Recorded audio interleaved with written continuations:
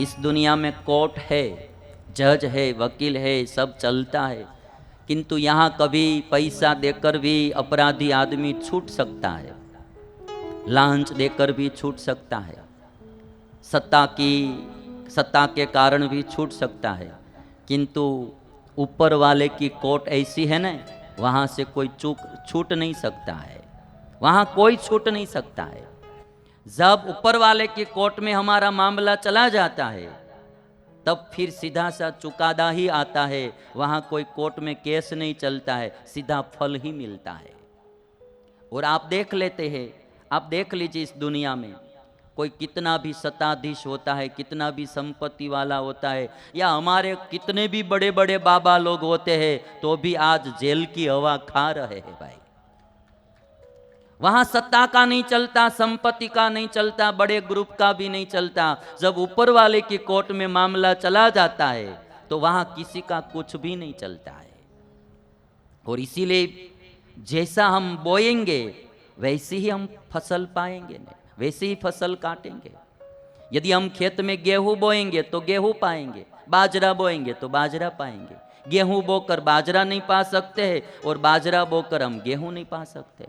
जो बोएंगे वही पाएंगे। जैसा कर्म करेंगे वैसा ही फल मिलेगा। यदि हम पाप कर्म करेंगे तो दुख होगा, पुण्य कर्म करेंगे तो सुख होगा।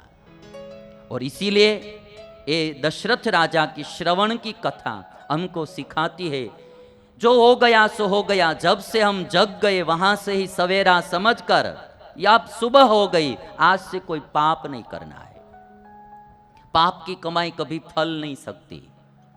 किसी ने खूबसूरत कहा है कि अहम की अकड़ ज्यादा चल नहीं सकती, अहम की अकड़ ज्यादा चल नहीं सकती, मौत की घड़ी कभी टल नहीं सकती, लुट कर दौलत भले ही जमा कर लो, पाप की कमाई कभी फल नहीं सकती, पाप की कमाई कभी फल नहीं सकती। और इसीलिए अच्छी जिंदगी जीना है। कभी हम खोटा कोई भी बुरा कर्म करते हैं, थोड़े कुछ पैसे मिल जाते, लगता है कि अच्छा है, सब चल रहा है, किंतु उसका जब नतीजा आएगा, परिणाम आएगा, तब पता चलेगा, तब पता चलेगा कि ये बहुत गलत हो गया। मैं बेंगलोर में पढ़ता था, साउथ इंडिया में संस्कृत स्टडी करता था।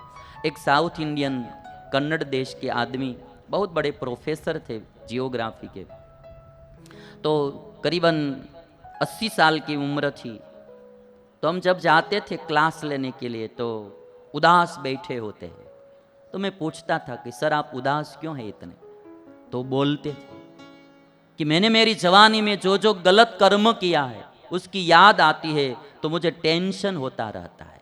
अब चिंता होती है कि मैंने मेरी जवानी में ऐसा गलत काम क्यों किया, ये पाप मैंने क्यों किया।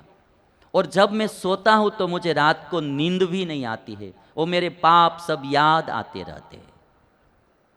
और इसीलिए हमारे गुजरात में एक ऐसी बात कही जाती है कि 3-4 जवान लोग खड़े थे, युवान खड़े थे, और एक जवान बोल रहा था कि ये जो गुजराती पिक्चर होती है ना, गुजराती फिल्म, वो लाखों रुपया में तैयार होती है और बस 3 घंटे में दिखा देते हैं। तो एक जवान ने कहा उसमें क्या, हिंदी फिल्म जो होती है वो करोड़ों रुपया में बनती है, करोड़ों रुपया का खर्च होता है और तैयार होती है, और 2.5 घंटे में दिखा देते हैं। तो किसी तीसरे जवान ने कहा कि इसमें क्या, ये इंग्लिश फिल्म अबजों रुपया के खर्च पर बनती है और 2 घंटे में दिखा देते हैं। और तब कोई बुजुर्ग वहाँ से निकला और उस बुजुर्ग ने कहा कि इसमें क्या, भगवान है ना, वो 70-70, 80-80 साल फिल्म उतारता है और मौत की घड़ी जब आती है तब एक घड़ी में वो सारी फिल्म दिखा देता है।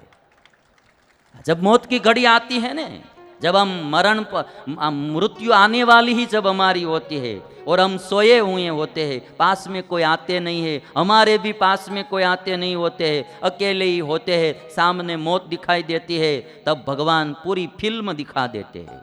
और तब सब याद आता है कि ऐसा मैंने क्यों किया, ऐसा मैंने क्यों किया। और इसीलिए भगवान के घर देर है, अंधेर नहीं है। पिपा पाप न कीजिए, तो पुण्य किया 100 बार, जो किसी का लिया नहीं तो दिया बार 1000। जो हमने पाप नहीं किया तो पुण्य किया है, ऐसा समझ लो। भगवान के घर जरूर उसका नतीजा तो मिलता है। देर है अंधेर नहीं है,